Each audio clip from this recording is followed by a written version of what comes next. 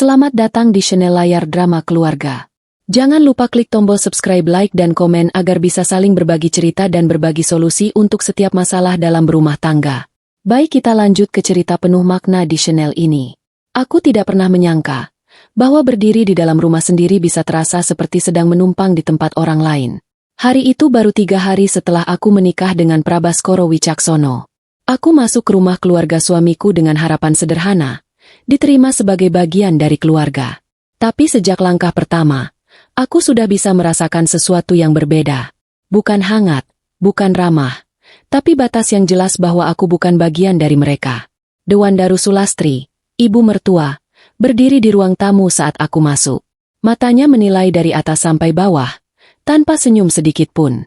Lalu ia berbicara dengan suara datar. Di rumah ini kamu harus ikut aturan kami. Aku hanya mengangguk pelan. Prabaskoro di sampingku tidak berkata apapun. Tidak membela, tidak menenangkan. Hanya diam seperti orang yang sudah terbiasa tidak ikut campur. Sejak hari itu, semuanya berubah perlahan tapi pasti. Aku tidak pernah diajak bicara dalam keputusan rumah. Aku tidak pernah diminta pendapat. Bahkan ketika aku mencoba membantu di dapur, Sekar Arum Pitaloka, menantu lain di rumah itu, hanya tertawa kecil sambil berkata bahwa aku masih belum tahu tempatku di sini. Setiap hari aku mulai terbiasa dipanggil dengan nada yang tidak pernah benar-benar menganggapku ada. Seperti orang luar. Seperti tamu yang terlalu lama tinggal. Padahal ini rumah suamiku. Atau setidaknya, itu yang mereka semua pikirkan. Prabaskoro tetap sama. Diam setiap kali ibunya menyindir. Diam setiap kali aku diposisikan paling belakang. Bahkan saat aku menatapnya meminta sedikit pembelaan, dia hanya mengalihkan pandangan. Aku mulai belajar satu hal. Di rumah ini aku tidak akan diselamatkan oleh siapapun. Malam itu, setelah semua orang masuk kamar masing-masing, aku duduk sendirian di ruang kecil dekat dapur. Rumah terasa sunyi, tapi bukan sunyi yang menenangkan. Sunyi yang membuat seseorang sadar bahwa keberadaannya tidak terlalu penting di tempat itu. Ponselku bergetar. Nama Gantara Adhitama muncul di layar. Ayahku. Aku menatap layar itu cukup lama sebelum mengangkatnya. Suara di seberang terdengar tenang, tapi berat. Sasmaya, kamu sudah mulai tinggal di rumah itu. Aku mengangguk meskipun dia tidak bisa melihat. Sudah, ya. Ada jeda sebentar. Lalu ia berkata pelan. Ingat satu hal. Jangan pernah merasa kamu hanya menumpang di tempat yang sebenarnya sudah aku pastikan aman untukmu. Aku terdiam. Kata-kata itu terdengar sederhana, tapi terasa seperti menyimpan sesuatu yang lebih besar dari yang aku pahami. Aku sempat ingin bertanya, tapi suara langkah dari dalam rumah membuatku menahan diri. Prabaskoro lewat di belakangku, lalu masuk kamar tanpa menoleh. Aku menatap ke arah lorong gelap itu. Dan untuk pertama kalinya aku bertanya dalam hati, kenapa ayahku mengatakan hal seperti itu?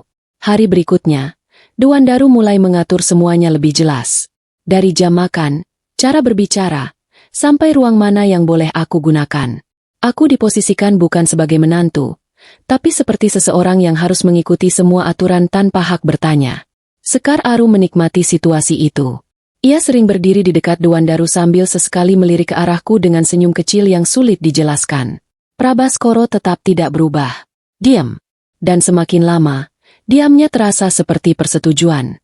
Aku mulai terbiasa duduk di sudut rumah, berbicara hanya jika ditanya, dan bergerak hanya jika diizinkan. Tapi di balik semua itu, aku mulai memperhatikan satu hal. Ada satu ruangan di rumah ini yang selalu terkunci rapat. Setiap kali aku lewat, Dewandaru selalu memastikan pintu itu tidak terbuka. Dan setiap kali aku bertanya dalam hati, kenapa rumah ini terasa seperti bukan tempatku, aku selalu teringat kata-kata ayahku. Jangan pernah merasa kamu hanya menumpang.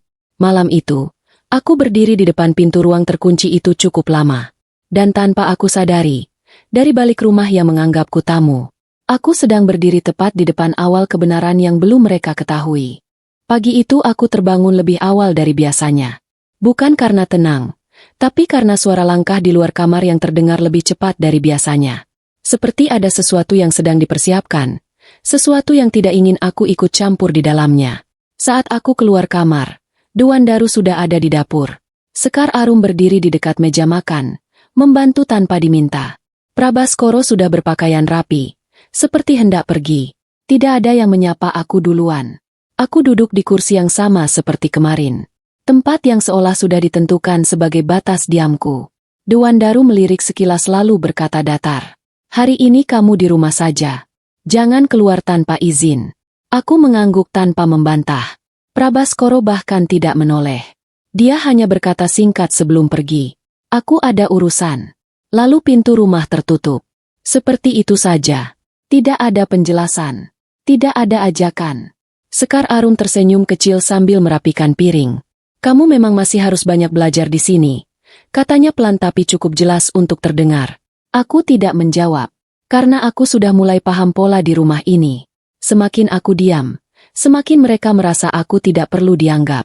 Setelah mereka sibuk dengan urusan masing-masing, aku berdiri perlahan dan mulai berjalan di dalam rumah. Langkahku pelan. Bukan karena takut, tapi karena aku mulai memperhatikan hal yang sebelumnya aku abaikan. Rumah ini terlalu rapi di beberapa bagian. Terlalu terkontrol di bagian lain. Dan ada satu hal yang selalu sama. Pintu ruang kecil di ujung lorong itu masih terkunci. Hari ini aku tidak hanya melihatnya. Aku mendekatinya. Aku berdiri di depan pintu itu cukup lama. Tangan kananku hampir menyentuh gagangnya. Tapi aku berhenti. Karena di belakangku terdengar suara langkah. Dewandaru. Dia berdiri di ujung lorong, menatapku tanpa ekspresi. Apa yang kamu lakukan di situ? Katanya. Aku menoleh perlahan. Tidak ada apa-apa. Jawabku singkat. Dia berjalan mendekat. Lorong itu terasa semakin sempit. Kamu tidak perlu masuk ruangan itu. Kalimatnya bukan peringatan, tapi perintah. Aku mengangguk lagi. Baik, tapi saat aku berbalik, aku sempat melihat sesuatu. Kunci kecil di tangan Dewandaru. Dia menggenggamnya erat. Seolah ruangan itu menyimpan sesuatu yang bukan hanya barang lama, tapi sesuatu yang tidak boleh diketahui siapapun. Aku kembali ke ruang tengah. Sekar Arum sedang duduk sambil melihat ponsel. Dia melirikku sekilas. Kamu tadi kemana? Tanyanya. Aku menjawab pelan. Jalan-jalan. Dia tersenyum kecil. Jangan terlalu banyak tanya hal yang bukan urusanmu di rumah ini. Kalimat itu terdengar ringan, tapi maknanya tidak. Aku duduk kembali tanpa membalas. Sore hari, Prabaskoro pulang. Wajahnya tidak terlihat lebih baik dari pagi tadi. Dia langsung duduk tanpa banyak bicara. Dewandaru mendekatinya, membicarakan sesuatu yang pelan, tidak sampai terdengar jelas. Aku memperhatikan dari kejauhan. Dan lagi-lagi, tidak ada yang melibatkanku dalam percakapan mereka. Seolah aku hanya bagian latar dari rumah ini. Malamnya, saat semua orang mulai masuk kamar, aku tidak langsung tidur. Aku kembali berjalan pelan ke lorong itu. Rumah sunyi. Lampu hanya menyala sebagian. Dan di depan pintu terkunci itu, aku berhenti lagi. Kali ini tidak ada Dewandaru. Tidak ada Sekar Arum. Tidak ada Prabaskoro. Hanya aku dan pintu itu. Aku menatapnya lama. Lalu tanpa sadar, aku menyentuh gagangnya.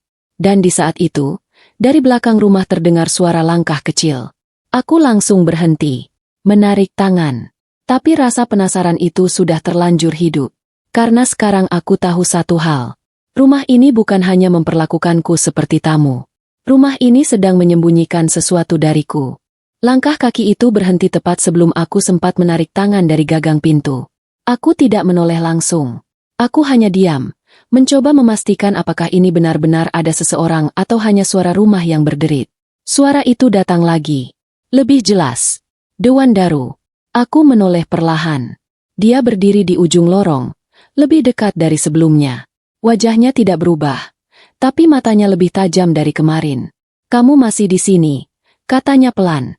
Aku menjawab tenang. Aku cuma lewat. Dia melangkah maju. Kali ini tidak ada senyum. Tidak ada basa-basi. Jangan mendekat ke pintu itu lagi. Kalimatnya pendek, tegas, tidak memberi ruang untuk tanya. Aku mengangguk pelan. Baik, tapi kali ini aku tidak langsung pergi. Aku justru melihat kunci di tangannya. Dewandaru langsung menyadari arah pandangku. Dia menutup tangannya lebih cepat. Lalu berkata lagi. Ini bukan urusan kamu. Aku tidak membalas. Karena semakin seseorang mengatakan itu bukan urusanmu, semakin jelas bahwa di baliknya ada sesuatu yang memang disembunyikan dariku. Aku berbalik dan berjalan kembali ke ruang tengah.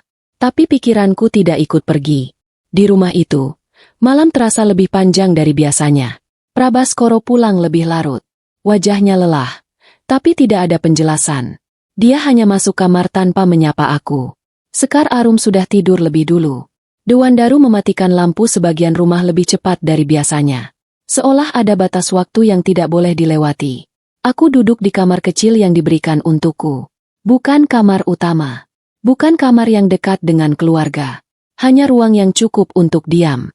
Tapi malam itu aku tidak tidur. Aku menunggu. Sekitar tengah malam, aku mendengar suara pelan dari luar.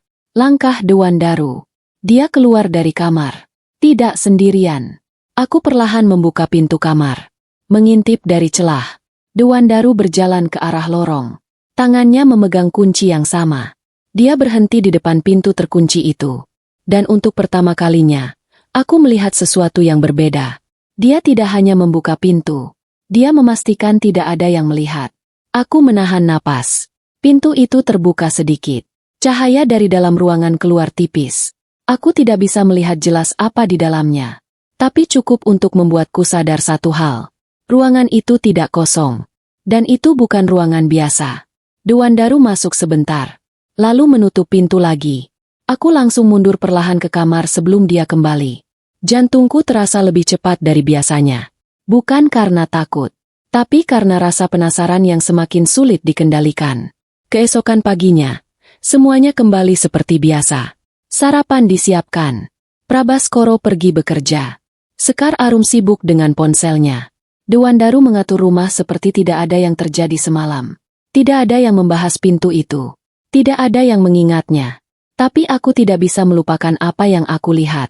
Aku mulai memperhatikan lebih detail. Setiap kali Dewandaru melewati lorong itu, dia selalu mengunci pintu dengan cepat.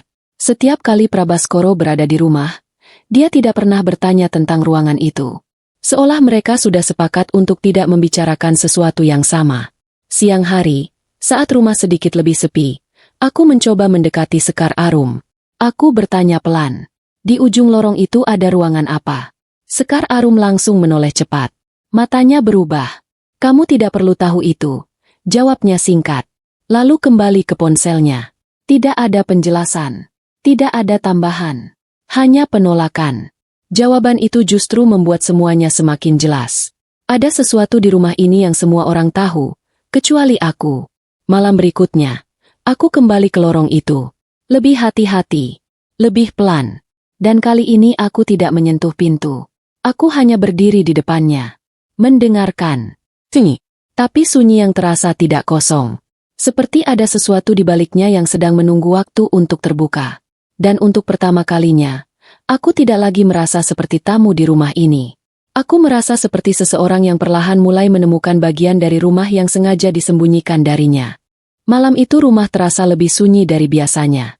Tidak ada suara televisi, tidak ada langkah kaki yang terburu-buru, hanya suara jam dinding yang terdengar seperti menghitung sesuatu yang tidak ingin aku ketahui.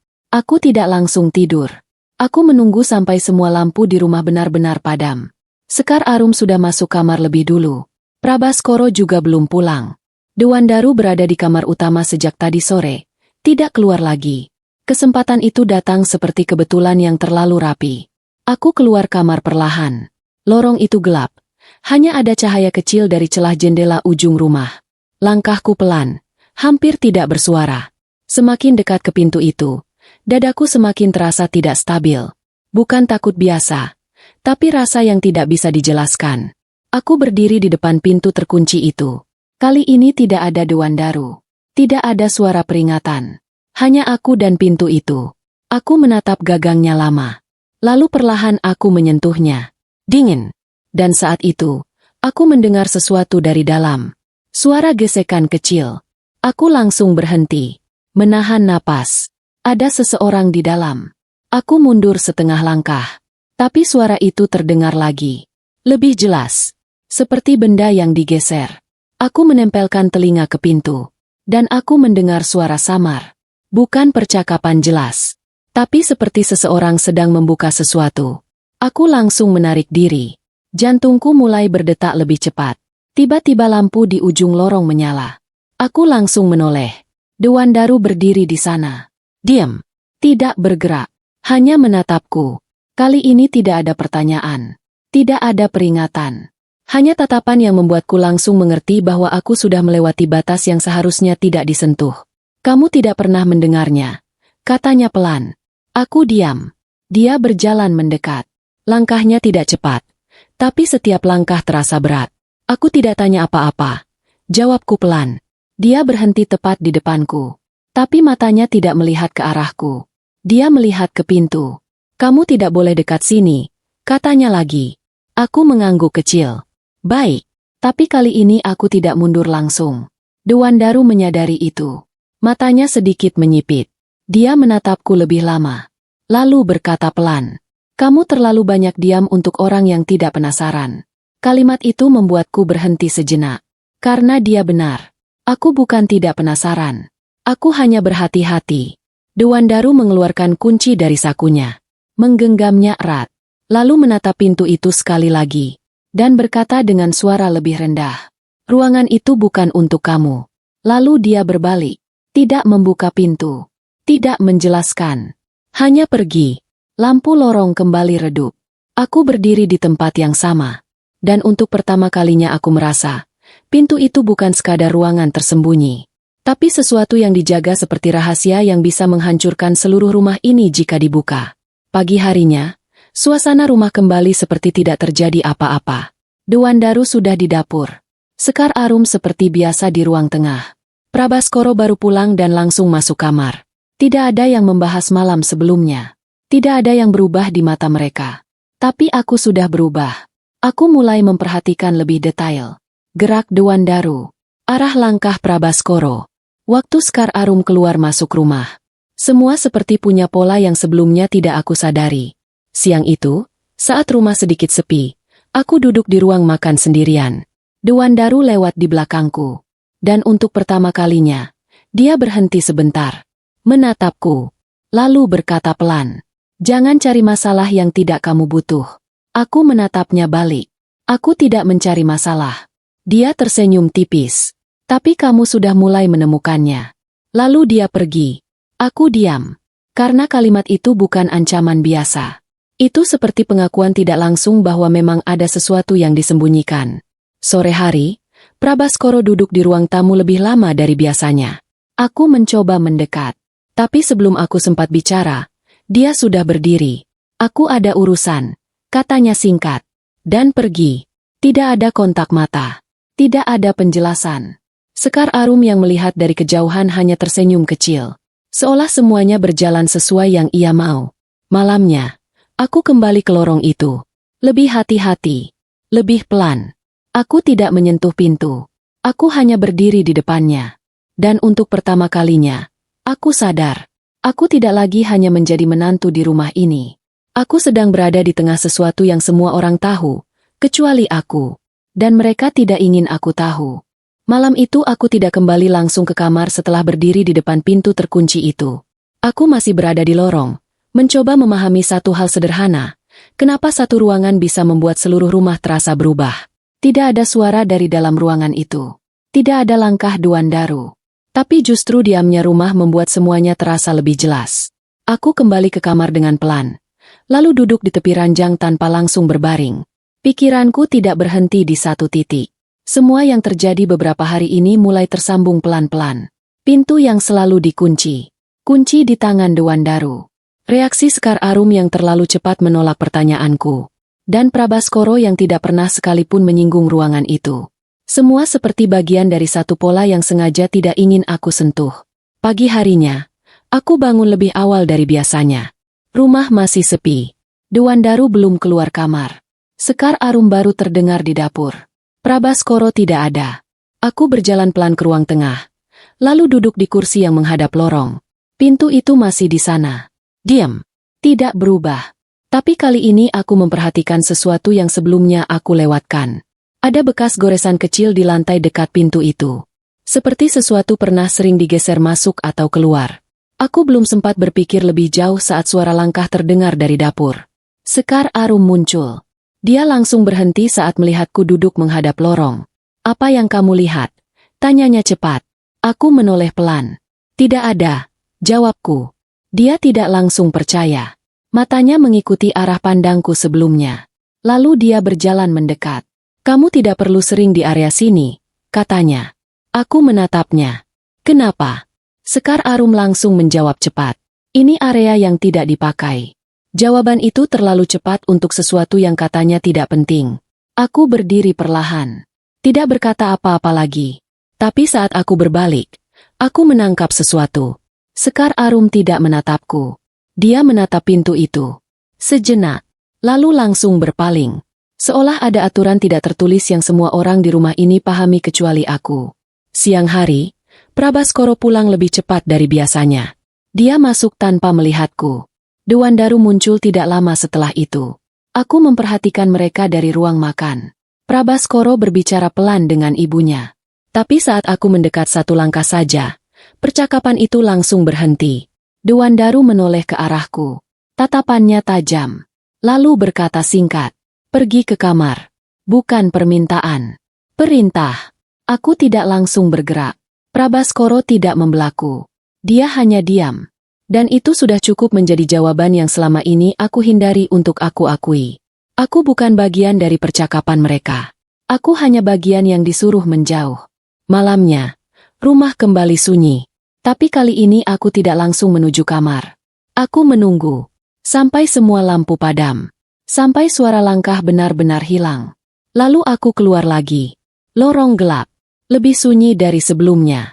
Aku berjalan perlahan. Dan berhenti di depan pintu itu lagi. Tangan aku tidak langsung menyentuh. Aku hanya berdiri. Mendengarkan. Dan kali ini, aku yakin. Ada suara sangat pelan dari dalam. Bukan suara jelas.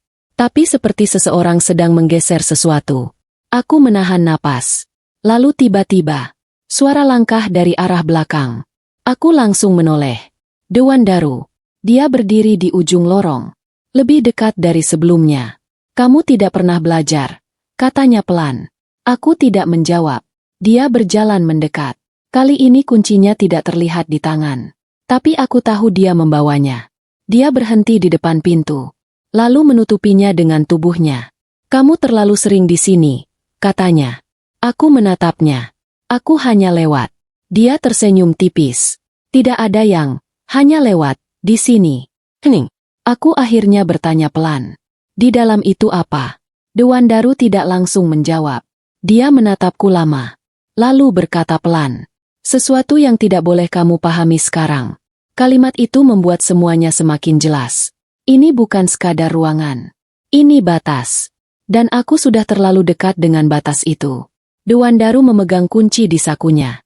Tapi tidak membukanya. Dia hanya berdiri di sana sampai aku mundur satu langkah.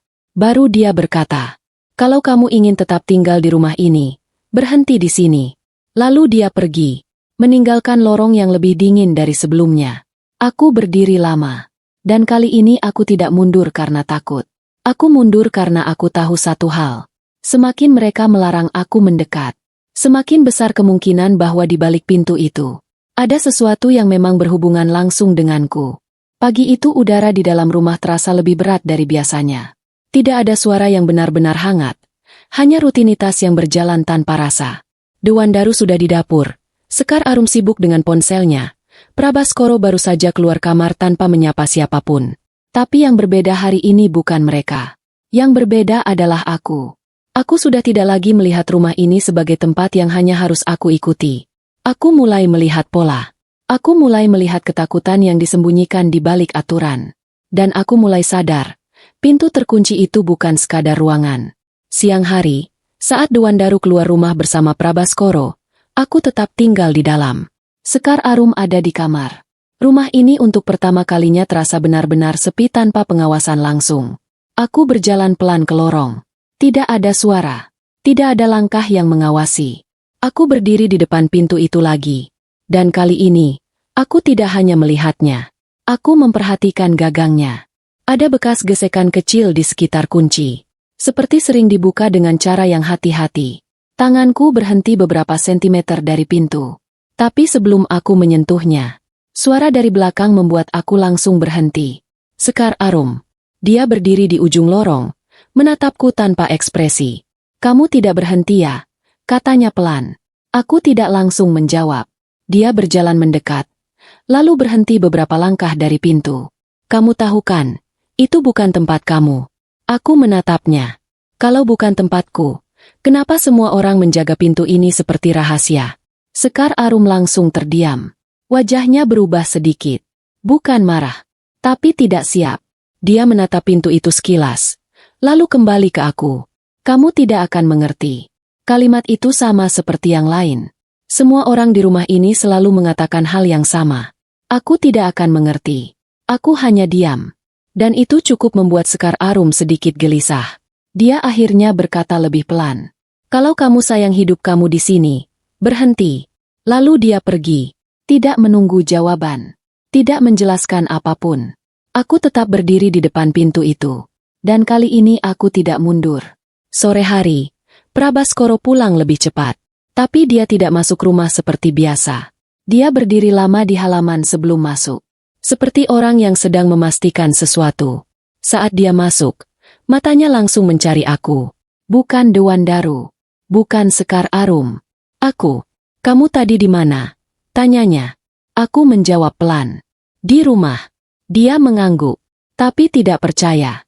Ada sesuatu di wajahnya. Bukan marah. Tapi takut. Takut kalau aku sudah terlalu jauh melihat sesuatu. Dewandaru masuk tidak lama setelah itu. Tatapannya langsung tajam ke arahku. Dia tahu aku sudah mendekati batas itu lagi. Kamu tidak dengar apa yang aku bilang kemarin. Katanya pelan tapi dingin. Aku menatapnya. Aku hanya ingin tahu. Dewandaru langsung memotong. Tidak semua hal harus kamu tahu. Kalimat itu membuat Prabaskoro diam. Sekar Arum yang baru muncul dari dapur juga berhenti. Rumah itu seperti menahan napas. Aku melangkah sedikit ke depan. Kalau bukan aku yang berhak tahu, lalu siapa? Dewandaru tidak langsung menjawab. Dia hanya menatapku lama. Lalu berkata pelan. Orang yang tidak punya hubungan dengan itu. Hening. Tapi kalimat itu justru membuka lebih banyak pertanyaan. Aku bukan orang luar di rumah ini. Tapi mereka memperlakukanku seperti orang yang tidak boleh tahu apapun. Malamnya, aku kembali ke lorong. Lebih hati-hati. Lebih pelan. Aku berdiri di depan pintu itu cukup lama. Dan kali ini aku mendengar sesuatu yang berbeda. Bukan suara gesekan. Tapi seperti langkah di dalam. Sangat pelan. Aku menahan napas. Dan saat aku menempelkan telinga ke pintu, suara itu berhenti. Seolah seseorang di dalam tahu aku sedang mendengar. Tiba-tiba, dari ujung lorong, lampu menyala. Dewandaru berdiri di sana. Lebih cepat dari sebelumnya. Lebih waspada. Dan kali ini dia tidak hanya menatapku. Dia berjalan langsung ke arahku. Kamu terlalu jauh, katanya pelan. Aku tidak menjawab. Dia berhenti tepat di depan pintu. Menutupinya sepenuhnya. Lalu berkata lebih tegas. Ini terakhir kali. Kalimat itu berbeda dari sebelumnya. Tidak lagi peringatan. Tapi batas terakhir. Aku menatapnya. Dan untuk pertama kalinya aku berkata jujur. Apapun yang ada di balik pintu ini, kalian tidak akan bisa menyembunyikannya selamanya. Dewandaru tidak menjawab. Tapi untuk pertama kalinya, wajahnya tidak setenang biasanya. Ada sesuatu yang mulai retak. Dan aku tahu, aku sudah terlalu dekat dengan sesuatu yang bahkan mereka sendiri mulai takut akan terbuka. Sejak malam itu, tidak ada lagi yang benar-benar sama di rumah ini.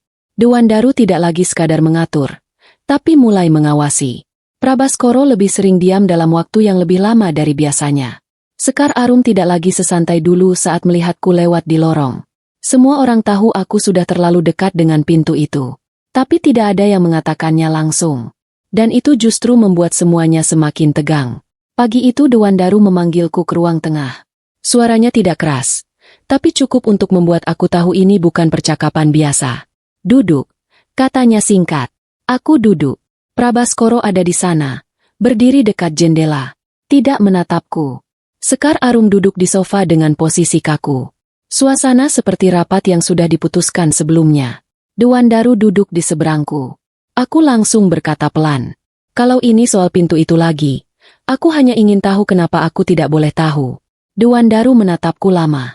Kamu tidak perlu tahu sesuatu yang tidak ada hubungannya dengan kamu, katanya akhirnya. Aku menatap balik. Kalau tidak ada hubungannya, kenapa semua orang begitu takut aku mendekat? Prabaskoro langsung menoleh ke arahku. Ravena, cukup. Suara itu lebih keras dari biasanya. Tapi tidak ada emosi di dalamnya. Lebih seperti peringatan yang sudah terlambat. Sekar Arum menyela pelan. Kamu terlalu banyak berpikir. Aku menatapnya. Atau kalian yang terlalu banyak menyembunyikan. Ruangan langsung sunyi. Dewandaru berdiri perlahan. Kalau kamu tidak berhenti, kamu akan merusak ketenangan rumah ini. Aku menjawab pelan. Rumah ini tidak tenang sejak awal aku masuk ke sini. Kalimat itu membuat Prabaskoro menunduk. Sekar Arum terlihat tidak nyaman. Dewandaru tidak langsung menjawab. Dia hanya menatapku lama. Lalu berkata pelan. Kalau begitu, mungkin kamu memang bukan bagian dari ketenangan itu. Hening. Kata itu tidak seperti hinaan biasa. Tapi seperti pengusiran halus yang sudah lama disiapkan. Aku berdiri juga. Kalau aku bukan bagian dari ketenangan ini, lalu kenapa aku masih ada di rumah ini? Tidak ada yang menjawab. Dan itu lebih keras dari jawaban apapun. Malamnya, aku kembali ke lorong. Tapi kali ini aku tidak sendiri. Aku membawa sesuatu. Sebuah pin kecil dari meja ruang kerja Prabaskoro yang tanpa sengaja aku temukan siang tadi. Aku tidak tahu kenapa aku mengambilnya. Tapi perasaan di dalam diriku mengatakan itu penting. Aku berdiri di depan pintu itu lagi. Lebih dekat dari sebelumnya. Tanganku mulai bergerak ke arah kunci. Dan kali ini aku tidak sempat menyentuhnya. Karena suara di dalam rumah terdengar. Langkah cepat. Aku langsung menoleh. Dewandaru. Dia berdiri di ujung lorong. Tapi kali ini ekspresinya berbeda. Tidak hanya marah. Tapi panik yang ditahan. Kamu masih di sini. Katanya cepat. Aku tidak mundur. Dia berjalan cepat ke arahku. Tapi saat dia sampai di dekat pintu, dia berhenti sejenak. Matanya langsung melihat ke tanganku. Dan untuk pertama kalinya aku melihat sesuatu yang tidak pernah dia tunjukkan sebelumnya. Ketakutan. Bukan tentang aku. Tapi tentang pintu itu. Dia langsung menutup posisi di depan pintu. Dan berkata pelan tapi tegas. Sudah cukup. Aku menatapnya. Aku hanya ingin tahu kebenarannya. Dewandaru tidak menjawab langsung. Dia menarik napas panjang. Lalu berkata sesuatu yang membuat udara di lorong itu berubah. Kalau kamu tahu apa isi ruangan itu, kamu tidak akan bisa tinggal di rumah ini lagi. Hening. Kali ini berbeda. Bukan ancaman biasa. Tapi pengakuan bahwa di balik pintu itu, ada sesuatu yang bisa mengubah seluruh hidupku di rumah ini. Aku menatapnya lama. Dan untuk pertama kalinya, aku tidak lagi bertanya apa yang ada di dalamnya. Aku bertanya dalam hati, kenapa mereka semua begitu takut aku mengetahuinya? Setelah kalimat Dewandaru malam itu, rumah ini berubah total. Bukan berubah menjadi lebih tenang, tapi menjadi lebih waspada. Seolah setiap orang di dalamnya mulai menghitung langkah masing-masing, termasuk aku. Tidak ada lagi pembicaraan santai di meja makan. Tidak ada lagi percakapan yang berlangsung lama di ruang tengah. Semua berlangsung cepat, singkat, dan selalu berhenti ketika aku muncul. Aku mulai memperhatikan satu hal penting. Mereka tidak lagi mencoba mengusir aku secara langsung. Mereka hanya mencoba menjauhkan aku dari satu titik yang sama. Pintu itu. Pagi itu Prabaskoro tidak langsung pergi bekerja seperti biasa. Dia berdiri cukup lama di ruang tamu, lalu memanggil Dewandaru ke samping. Aku tidak berada jauh, tapi cukup untuk melihat mereka berbisik. Wajah Prabaskoro terlihat tegang. Wajah Dewandaru lebih dingin dari biasanya. Tidak ada yang menatapku saat aku lewat. Tapi aku tahu, aku sedang menjadi topik yang tidak ingin mereka ucapkan keras-keras. Sekar Arum datang tidak lama kemudian. Dia langsung duduk tanpa menyapa. Kali ini tidak ada sindiran. Tidak ada senyum kecil. Hanya diam yang berbeda. Aku duduk di seberang mereka. Dan untuk pertama kalinya, aku berkata pelan. Aku akan masuk ke ruangan itu. Semua kepala langsung menoleh. Tidak ada yang menyangka aku akan mengatakannya secara langsung. Dewandaru langsung berdiri. Satu kata. Tegas. Prabaskoro langsung menatapku. Ravena. Jangan. Sekar Arum ikut menyela. Kamu tidak tahu apa yang kamu bicarakan. Aku menatap mereka satu persatu. Kalau ruangan itu tidak penting, kenapa aku tidak boleh masuk? Tidak ada jawaban. Hanya keheningan yang semakin berat. Dewandaru akhirnya berkata pelan. Karena itu bukan tempat untuk kamu. Aku menatapnya. Lalu untuk siapa? Dia tidak menjawab. Itu jawaban yang lebih jelas dari kata apapun. Malamnya, aku tidak menunggu. Aku langsung berjalan ke lorong. Rumah sudah sunyi. Tapi kali ini aku tidak lagi berjalan dengan ragu. Aku sudah sampai di titik di mana rasa takut kalah oleh rasa ingin tahu. Aku berdiri di depan pintu itu. Tidak ada Dewan Daru. Tidak ada Sekar Arum. Tidak ada Prabaskoro. Aku mengeluarkan pin kecil yang sudah aku simpan sejak kemarin. Aku tidak tahu apakah itu akan berhasil. Tapi aku mencoba. Tanganku mulai menyentuh bagian kecil di sekitar kunci. Dan untuk pertama kalinya, aku mendengar suara klik pelan. Bukan suara pintu terbuka, tapi suara mekanisme yang mulai bergeser. Aku berhenti, menahan napas. Dan saat itu, lampu di ujung lorong tiba-tiba menyala. Dewan Daru. Dia berdiri di sana. Lebih cepat dari sebelumnya. Wajahnya kali ini tidak lagi tenang. Tidak lagi dingin.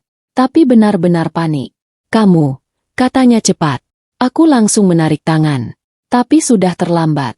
Dia berlari kecil ke arahku. Dan saat dia sampai di depan pintu, dia tidak langsung membuka atau menutup. Dia hanya berdiri di sana. Seolah memastikan sesuatu tidak terjadi. Prabaskoro muncul dari belakang. Sekar Arum juga. Semua berkumpul di lorong itu. Dan untuk pertama kalinya, tidak ada yang berusaha menyembunyikan reaksi mereka. Semua terlihat jelas. Aku berdiri di tengah mereka. Dan pintu itu di belakang Dewan Daru. Aku bertanya pelan. Apa yang kalian sembunyikan di dalam sana? Dewan Daru tidak langsung menjawab. Dia menarik napas panjang. Lalu berkata dengan suara rendah. Ini bukan tentang kamu tahu atau tidak. Ini tentang apa yang akan terjadi kalau kamu tahu. Hening. Prabaskoro menunduk. Sekar Arum tidak berani menatap. Dan aku mengerti satu hal. Apapun yang ada di balik pintu itu, bukan hanya rahasia, tapi sesuatu yang bisa mengubah seluruh hidupku di rumah ini. Dan malam itu, untuk pertama kalinya, mereka tidak lagi bisa menghentikanku dengan kata-kata. Karena aku sudah terlalu dekat untuk berhenti. Lorong rumah itu tidak lagi terasa seperti bagian rumah biasa. Udara di dalamnya lebih dingin, lebih berat. Seolah ruangan itu sendiri tahu bahwa sesuatu yang besar akan terjadi. Aku masih berdiri di depan pintu itu. Tanganku tidak lagi memegang pin kecil itu. Tapi jari-jariku masih bergetar pelan. Bukan karena takut, tapi karena sadar bahwa aku sudah terlalu jauh untuk kembali seperti semula. Dewan Daru berdiri tepat di depan pintu, menutupinya sepenuhnya. Prabaskoro ada di sisi kiri lorong, tidak bergerak. Sekar Arum berdiri agak jauh, menatap lantai seperti tidak ingin terlibat langsung. Semua orang diam, tapi diam itu bukan ketenangan. Itu ketegangan yang ditahan terlalu lama. Aku menatap Dewan Daru. Kalau kalian terus menahan aku di sini, itu berarti kalian memang menyembunyikan sesuatu yang besar. Dewan Daru langsung menjawab cepat. Ini bukan soal sembunyi. Aku mengangkat alis pelan. Lalu apa? Dia tidak langsung menjawab. Dan itu sudah cukup menjadi jawaban. Prabaskoro akhirnya bicara. Suaranya lebih rendah dari biasanya. Ravena, berhenti di sini. Aku menoleh ke dia. Kamu juga tahu isi ruangan itu. Dia langsung terdiam. Sekar Arum tiba-tiba berkata pelan. Kalau kamu masuk, tidak ada yang bisa kembali seperti dulu. Aku menatapnya lama. Memang sekarang masih ada yang seperti dulu. Tidak ada yang menjawab. Dewan Daru menoleh ke pintu. Lalu kembali menatapku. Suara Dewan Daru kali ini lebih pelan. Ini bukan tentang kamu tidak boleh tahu. Ini tentang kamu tidak siap menanggungnya. Aku menjawab pelan. Kalau kalian tidak siap menjelaskannya, jangan salahkan aku kalau aku mencari tahu sendiri. Hening. Lalu sesuatu terjadi. Prabaskoro bergerak setengah langkah ke depan. Bukan untuk menghentikan aku, tapi seperti ingin bicara. Tapi tidak jadi. Dewan Daru menghela napas panjang. Dan untuk pertama kalinya, dia tidak langsung memerintah. Dia hanya berkata pelan. Kamu akan menyesal kalau pintu itu terbuka. Aku menatapnya. Tapi kalian sudah membuatku hidup dalam ruang yang penuh tanda tanya. Kalimat itu membuat Sekar Arum menoleh cepat. Prabaskoro menutup mata sebentar. Dan Dewan Daru tidak menjawab lagi. Aku melangkah maju. Satu langkah. Lalu berhenti di depan pintu. Tanganku menyentuh gagang pintu. Tidak ada yang menghentikan secara fisik. Tapi aku bisa merasakan seluruh rumah ini seperti menahan napas. Aku menoleh sebentar ke belakang. Tidak ada yang bergerak. Lalu aku menarik gagang itu. Klik. Suara kecil terdengar. Lebih keras dari seharusnya di lorong itu. Dan pintu itu terbuka sedikit. Celah kecil. Cahaya dari dalam ruangan keluar. Bukan cahaya terang, tapi cahaya yang sudah lama tertutup. Aku tidak langsung masuk. Karena di saat itu, Dewandaru akhirnya berbicara dengan suara yang hampir pecah. Berhenti. Satu kata. Tapi terlambat. Karena aku sudah melihat ke dalam celah itu.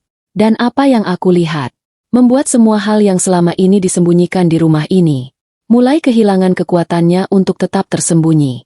Celah pintu itu terbuka sedikit lebih lebar setelah aku menarik gagangnya. Cahaya dari dalam ruangan bukan cahaya biasa. Lebih redup, tapi terasa asing, seperti ruangan yang lama tidak disentuh manusia. Dewandaru langsung melangkah maju. Tapi dia tidak sempat menutup pintu. Aku sudah melihat cukup jelas untuk membuat seluruh tubuhku berhenti. Di dalam ruangan itu, bukan gudang biasa seperti yang aku bayangkan.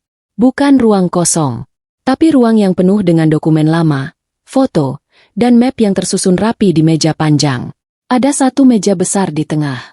Dan di atasnya, ada berkas berulang dengan nama yang sama. Sasmaya Kirana. Aku menahan napas. Prabaskoro langsung bergerak. Ravena, keluar sekarang. Suaranya panik. Untuk pertama kalinya aku mendengarnya seperti itu. Sekar Arum menutup mulutnya. Dewandaru berdiri tepat di samping pintu. Tidak menutup, tidak juga membuka sepenuhnya. Dia hanya berdiri seperti orang yang tahu ini sudah terlambat. Aku tidak bergerak mundur. Aku justru melangkah masuk satu langkah. Dan ruangan itu terasa lebih dingin dari lorong di luar. Aku menatap semua berkas itu. Kenapa semua ini ada namaku? Tanyaku pelan. Tidak ada yang langsung menjawab. Prabaskoro masuk setengah langkah. Tapi berhenti. Aku tidak tahu harus mulai dari mana. Katanya pelan. Aku menoleh ke dia. Mulai dari apa? Dewandaru akhirnya bicara. Suaranya tidak lagi setegas sebelumnya. Mulai dari kamu tidak pernah seharusnya tahu ini sekarang. Aku menatapnya. Tapi ini rumahku. Kalimat itu membuat ruangan langsung sunyi. Sekar Arum menunduk. Prabaskoro tidak membantah. Dewandaru menghela napas panjang. Lalu berkata pelan. Rumah ini memang atas nama kamu. Hening. Kalimat itu jatuh seperti sesuatu yang tidak seharusnya diucapkan. Aku berdiri diam. Tidak langsung percaya. Tidak langsung bereaksi. Aku hanya menatap berkas di meja. Nama aku di sana. Berulang. Rapi. Legal. Prabaskoro akhirnya bicara. Ayahmu yang mengatur semuanya. Aku menoleh cepat. Ayahku. Dewandaru menambahkan. Dia membeli rumah ini atas nama kamu sejak awal. Kalimat itu tidak terdengar seperti penjelasan. Tapi seperti pengakuan yang sudah terlalu lama disembunyikan. Aku mundur satu langkah. Jadi selama ini, aku berhenti. Karena semua potongan mulai tersambung terlalu cepat. Selama ini aku bukan menumpang. Aku bukan tamu. Aku pemilik rumah ini. Sekar Arum menangis pelan tanpa suara. Prabaskoro menunduk dalam. Dewandaru tidak lagi menatapku dengan dominasi. Tapi dengan sesuatu yang lebih berat. Penyesalan yang tidak bisa dibalikan. Aku berjalan pelan ke meja. Menyentuh salah satu berkas. Namaku di sana. Smi. Tidak bisa dibantah. Aku menatap mereka satu persatu. Jadi selama ini kalian memperlakukanku seperti tamu di rumahku sendiri. Tidak ada yang menjawab. Karena tidak ada jawaban yang bisa memperbaiki itu. Aku menarik napas panjang. Dan untuk pertama kalinya, aku tidak lagi merasa kecil di rumah ini. Aku berdiri di tengah ruang yang selama ini mereka sembunyikan. Dan aku tidak lagi bertanya siapa aku di rumah ini. Karena jawabannya sudah ada di depan mataku. Aku adalah pemiliknya. Ruangan itu masih sunyi setelah semua kebenaran terbuka. Tidak ada yang bergerak terlalu cepat. Bahkan udara terasa seperti ikut menahan diri. Menunggu siapa yang akan berbicara lebih dulu setelah nama itu benar-benar terucap sebagai pemilik rumah ini. Aku masih berdiri di tengah ruangan arsip itu. Berkas dengan namaku masih terbuka di meja. Tanganku tidak gemetar lagi. Yang ada hanya rasa asing yang perlahan berubah menjadi kesadaran penuh. Selama ini aku tidak pernah menumpang. Aku hanya tidak pernah diberitahu bahwa aku adalah pemiliknya. Prabaskoro akhirnya duduk di kursi kecil dekat meja.